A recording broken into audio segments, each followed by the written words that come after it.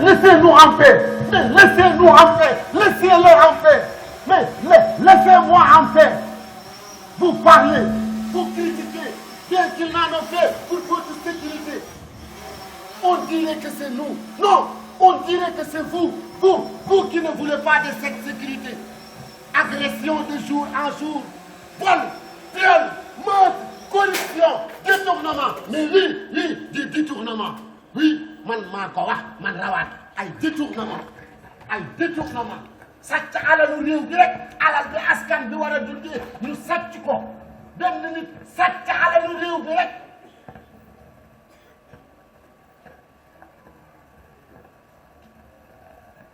Non père, non mère.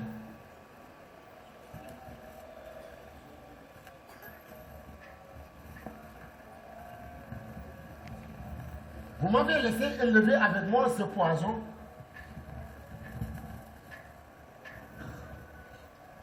Et comme ça, vous disiez que vous m'aimez. Non, vous mentez. Votre amour n'est pas conforme à votre châtiment. Mako wax man rawat.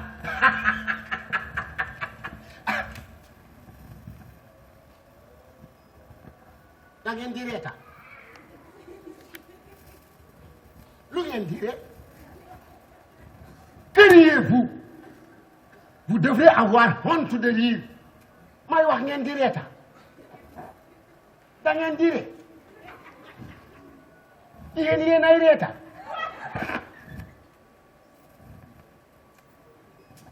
yéen ñii sàlloo dundu bopp sa bopp ba mi ngi nii kenn dimbaleetul kenn talatul kenn yaakaaratul kenn yéen ngeen yaakaar ne nii la àdduna bi di doxee billaahi laa wax gis ngeen dundu gu demagul fenn lu ne xaj na. Allahu akbar. maa ko wax man Lawane maa ko wax. Il n'est pas aisé pour qui connaissant la grandeur de ce grand savant de concevoir sa randonnée dans l'univers de la folie. Grand Rawane est peut-être fou, mais s'il l'est, c'est un fou parmi les fous. Waay bii xam-xam bu taaru bii xalaat bu tabe. Le pays du savoir n'est jamais assez. Grand Rawane n'est pas censé être fou. Grand bi doful wallahi grand bi doful waaye dara dalu ko. yow mii rek yaay dof. L'unique fou ici c'est toi. yow mi gis kii toog fii nii ak ay sagaram ay soleil yu bëri nga naan doful. Mais c'est un fou et tu l'as ainsi dit. Comment peux-tu regarder Rawane avec son comportement, ses habits de misérable, des idées désordonnées, quelqu'un qui n'est pas censé reconnaître les restaurants et poubelles, qui puisse essuyer dans son pantalon et oser dire qu'il n'est pas fou? Mais c'est un fou et c'est des personnes comme toi, moi et d'autres comme nous qui l'ont poussé à l'être. C'est l'importance même de ces forces de l'homme devant cette métamorphose de l'homme social qui doit rétablir le calme et la sécurité des personnes et leurs biens. Mon ami, ne l'oublie jamais. Mon ami, ne l'oublie jamais. waxu leen dara wax rek. waay saa yi wax rek rek. maanaam ak sama mburu.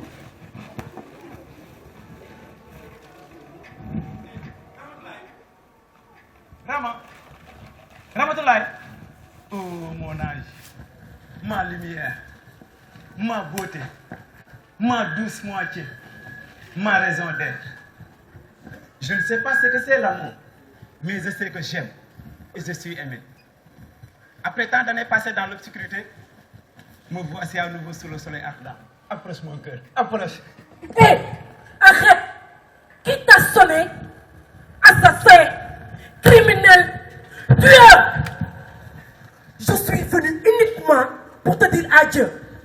Assassin? Criminel? Tueur? Non. Toi aussi, ils ont réussi à te monter contre moi? Non. Tous, sauf toi, Rama. Ramatoulaye, n'oublie pas, tu es le seul espoir qui me reste. Karim, xanaa yow déggoo sa naataangoo yi wax ah ñoom nee nañu yow raykatu nit nga te na nga génn ci seen biir. Non, Je ne l'ai pas tué. Tu l'as tué? Je ne l'ai pas tué. Tu l'as tué? Je ne l'ai pas tué. Tu l'as tué? Je ne l'ai pas tué. Tu l'as tué? Je ne l'ai pas tué. Tu l'as tué? Je ne l'ai pas tué. Tu l'as tué? Je ne l'ai pas tué. Tu l'as tué? Je le dis, je le répète et je le réitère. Je ne l'ai pas tué. Je n'ai pas tué mon frère. Je ne l'ai pas tué. Qui donc?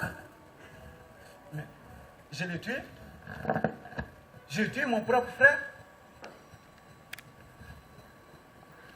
Oh mon Dieu. Le clément.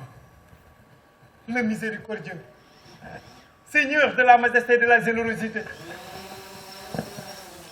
Pardonne-moi. Mais rappelle-toi, Rama, ce jour-là, je venais à peine de chez toi. Arrivé devant la porte de la maison, j'ai trouvé que le portail a été verrouillé. Et pour ne pas déranger, j'ai voulu escalader le mur. Crois-moi, Rama, il faisait obscur. Obscur? Si obscur que tu ne pouvais pas reconnaître ton propre frère Karim? Mais oui!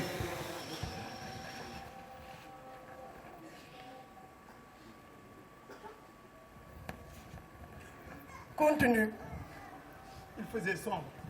Sombre que mon frère et moi, nous ne pouvions pas nous identifier. Mon frère m'a pris pour un voleur et moi aussi pareil. Il s'est rué sur moi et c'est là que je l'ai poignardé. Aïe! Ouais, de qu'on bouti. Crois-moi, Rama, je n'ai que constaté son corps gisant sur le sol. La loi est dure. Oui, très dure même. Mais c'est la loi. C'est ce qu'on a l'habitude de dire. Mais j'avoue que cette fois, elle a été clémente, très clémente même en ta faveur. Je me demande à quoi bon de vivre dans cette société si notre stabilité est menacée. 5 ans. 5 ans, c'est peu pour un crime aussi odieux.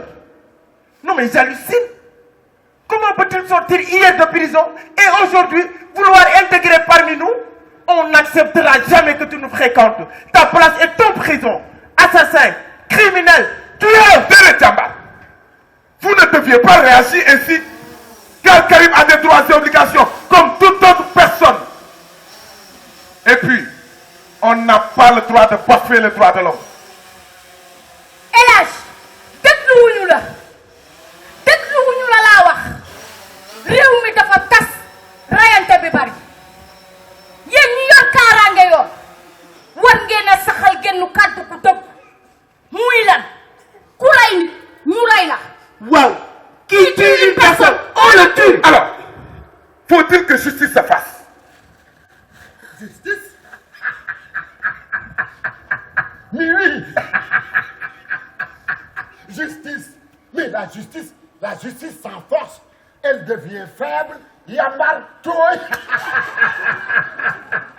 Ba pare ne laaj la caaral. Mais la justice avec force, elle devient dynamique. Soxor di ray rek. Justice boo xam ne day jàpp rek di ray rek di yabalaate ñuy ray rek.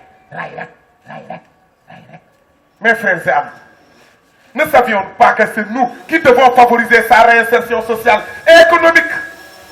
Certes, le bagne est un lieu d'éducation et d'orientation vers un autre chemin de la lumière. Soleil sur eux, de glace. Soleil sur les sortants du bagne. Soleil sur les sortants du bail. Soleil sur moi alors. Merci. J'accepte et j'en ai besoin. Car le prix de mon crime a été aussi lourd que coûteux. 5 longues années. Oui, 5 longues années passées derrière les barreaux. Et même dans le bail. Mais j'obtenais mes droits. Le droit à la santé, le droit à l'éducation et même au travail. Je ne peux pas m'imaginer, après avoir été puni par la justice, me voir aujourd'hui rejeté par mes propres frères, tant aimés, tant fréquentés et tant s'amusés. Abdourahmane, nous devons nous dire.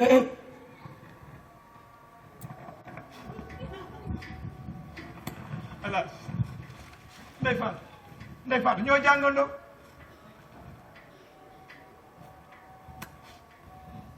léegi génn si seen biir. waaw génn suñu biir ndax raykatu nit nga. En un mot, vous venez de me détruire. En une phrase, vous venez de faire de moi un étranger dans mon propre entourage. Tu les as très bien entendus, Rama. Ils veulent que je sorte de cette société. À présent, je n'ai plus rien à foutre ici. et plus rien. Je m'en vais. Adieu. Non, Karim, Karim, non, non, non, non, Karim, tu viens, Karim. Karim. Non. Tu ne vas nulle part, Karim. Je te crois maintenant. Tu n'es pas un tueur. Où comptes-tu aller, Karim? Certes, tu y vas pour laver ton affront. Mais sache que tu vas en créer un autre.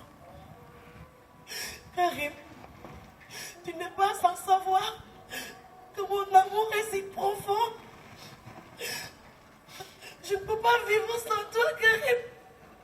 Et tu penses me quitter comme ça? Non, Karim, tu ne vas nulle part, tu restes. Car je t'aime, Karim.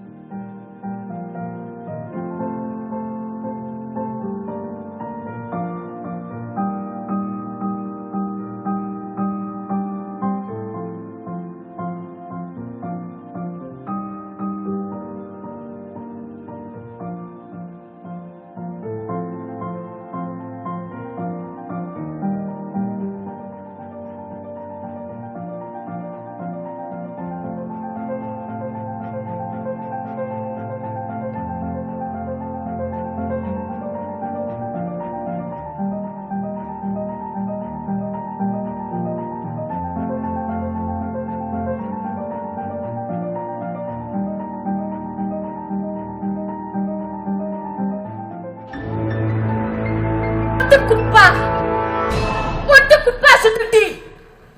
Le pays est bouleversé et il y a beaucoup de crimes. Vous qui assurez la sécurité des personnes, vous devez dire une vérité. Qui tue une personne, on le tue. Ramatoulaye. Moi aussi. Ramatoulaye. Jaarale. Eh, demul, de quoi je me mêle, bon sang? Ramatoulaye. Ramatoulaye. Jaarale ni. Moi aussi, je t'aime. Ramatoulaye. Ramatoulaye. Jaarale ni.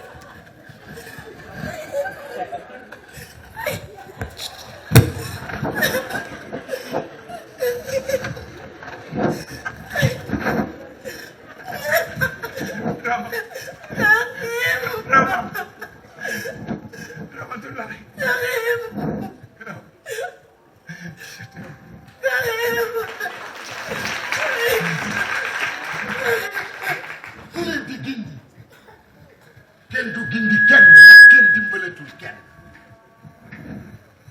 kenn talatul kenn ndax kenn yaakaaratul kenn oui passer l'enquête la solidarité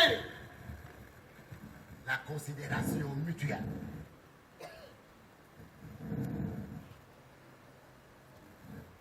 kay Ramatoulaye man la rawaan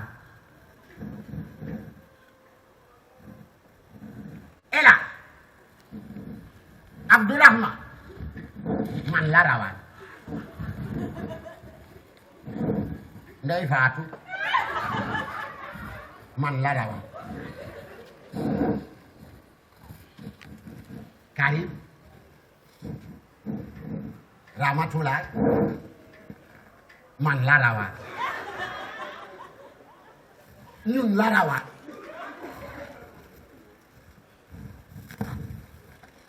ñun la rawaan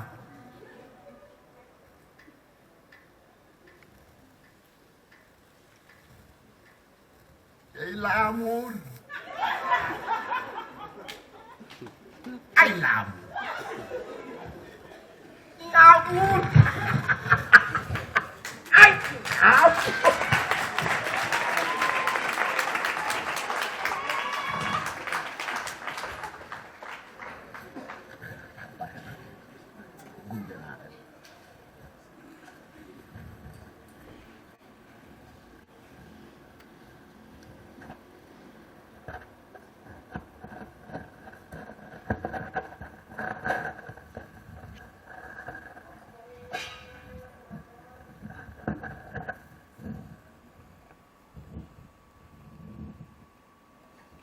li ci sunum réew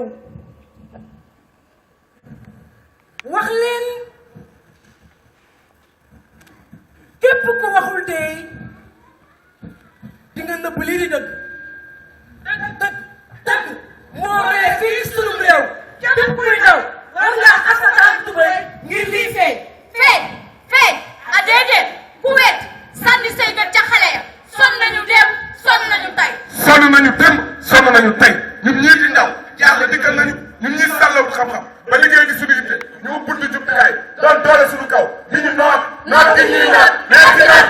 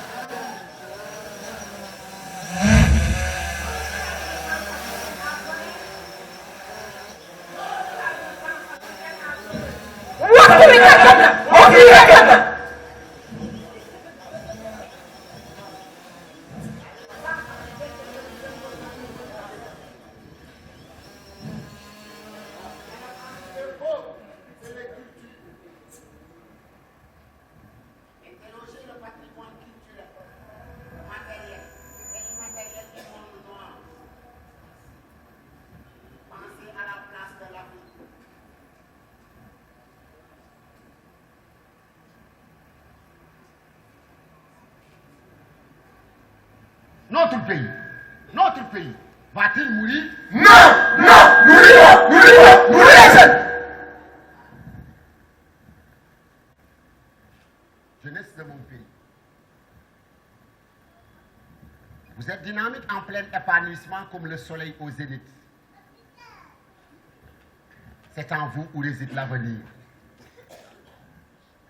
Une nouvelle vision d'une Afrique libérée. D'une Afrique fière, créative et optimiste. Une renaissance politique, économique, d'une Afrique œuvrant pour son unité. Notre pays, va-t-il mourir? Non, nous luttons, nous les jeunes.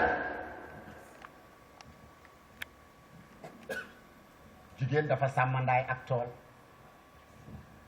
loolooy firndeel ne kaaraange ñeel na ko kon wareef la ñu jëmbat ci jigéenu Afrique li leen di dooleel ba fu ñu jëm ràññi. doomu jigéen du wëndoo càmmoñ waru laa teree dee fa nga war a dee. ñun ñii di góor ñii di jigéen suñuy nawle lañ war nañoo takk taxaw bay suñu waay si waay suñu ko defee nañu si di jàppatu ba ñu gàcce Afrique.